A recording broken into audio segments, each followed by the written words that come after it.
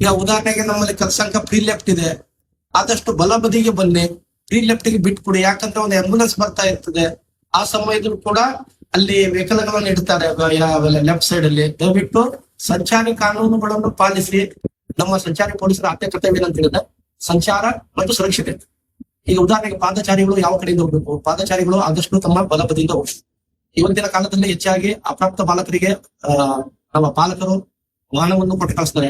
ಅಥವಾ ಅಕಸ್ಮಾತ್ ಏನಾದ್ರು ಸಿಕ್ಕಿದ್ರೆ ಈಗ ಹೊಸ ನಿಯಮ ಪ್ರಕಾರ 20,000 ರೂಪಾಯಿ ದಂಡನ ಒನ್ ಪ್ರಾಸಿಕ್ಯೂಟ್ ಅಂತ ಹಾಕ್ಬೇಕಾಗ್ತದೆ.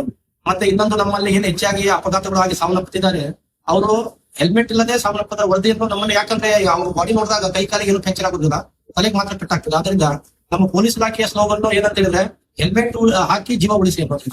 ಈಗ ಉದಾಹರಣೆಗೆ ನಾವು ಪೊಲೀಸರು ತಪಾಸಣೆಗೆ ನಿಂತಾಗ ನಮ್ಮನ್ನ ನೋಡಿಕೊಂಡು ಅವ್ರು ಹೆಲ್ಮೆಟ್ ಹಾಕ್ತಾರೆ. ಆದ್ರಿಂದ ಇದರಿಂದ ಪೊಲೀಸರಿಗೆ ಯಾವ್ದು ಲಾಭನೂ ಇಲ್ಲ, ನಷ್ಟನೂ ಇಲ್ಲ. ಆದ್ರಿಂದ ಏನಂತ ಹೆಲ್ಮೆಟ್ ಹಾಕಿದ್ರೆ ನಿಮ್ಮ ಜೀವ ಉಳಿತದೆ. ಮತ್ತೆ ಏನಂತ ಹೇಳಿದ್ರೆ ಕೈ ಕಾಲಿಗೆ ಏನಾದ್ರೂ ಆದ್ರೆ ಫ್ರಾಕ್ಚರ್ ಆದ್ರೆ ರಾಡ್ ಹಾಕ್ತಾರೆ, ಶಸ್ತ್ರಚಿಕಿತ್ಸೆ ಮಾಡ್ಕೊಳ್ಳೋದು. ತಲೆಗೆ ಏನಾದ್ರು ಪೆಟ್ಟಾದ್ರೆ ಇವತ್ತಿನ ಕಾಲದಲ್ಲಿ ಗೊತ್ತಿದೆ, ICUಗೆ ಒಂದು ಹೋಗಿ ಖರ್ಚು ಮಾಡ್ಕೊಂಡ್ರೆ ಕನಿಷ್ಠ ಪಕ್ಷ 5 ರಿಂದ 6 ಲಕ್ಷ ಖರ್ಚಾಗ್ತದೆ.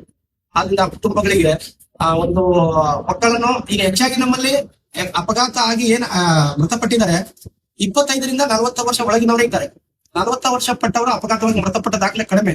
ಅದು ಏನಾದ್ರು ಪೆಡೆಸ್ಟ್ರಿಯನ್ ಮಾತ್ರ, ಅಂದ್ರೆ ಪಾದಚಾರಿಗೆ ಏನೋ ವೆಹಿಕಲ್ ಬಂದು ಹೊರತು ಸತ್ತಿದ್ದಾರೆ ಬಿಟ್ರೆ ಬೈಕ್ ಆಕ್ಸಿಡೆಂಟ್ ಆಗಿ ನಮ್ಮಲ್ಲಿ ತಿಳ್ಕೊಂಡವರು ಯುವಕರೇ ಇದ್ದಾರೆ. ಆದ್ರಿಂದ ನಾನು ಉಡುಪಿ ಜನತೆಯ ಯುವಕರಿಗೆ ಕರೆ ಮಾಡೋದೇನಂದ್ರೆ, ನೀವು ದ್ವಿಚಕ್ರ ವಾಹನ ಚಲಾವಣೆ ಮಾಡ್ಬೇಕಾದ್ರೆ ನೀವು ಹೆಲ್ಮೆಟ್ ಅನ್ನು ಹಾಕಿ, ಮತ್ತೆ ಕಾರನ್ನ ಚಾಲನೆ ಮಾಡ್ಬೇಕಾದ್ರೆ ಸೀಟ್ ಬೆಲ್ಟ್ ಅನ್ನು ಹಾಕಿ, ಸಂಚಾರ ನಿಯಮಗಳನ್ನು ಆದಷ್ಟು ಓವರ್ಟೇಕ್ ಮಾಡ್ಬೇಕಾದ್ರೆ ಬಲಬಲಿಂದಾನೆ ಮಾಡಿ.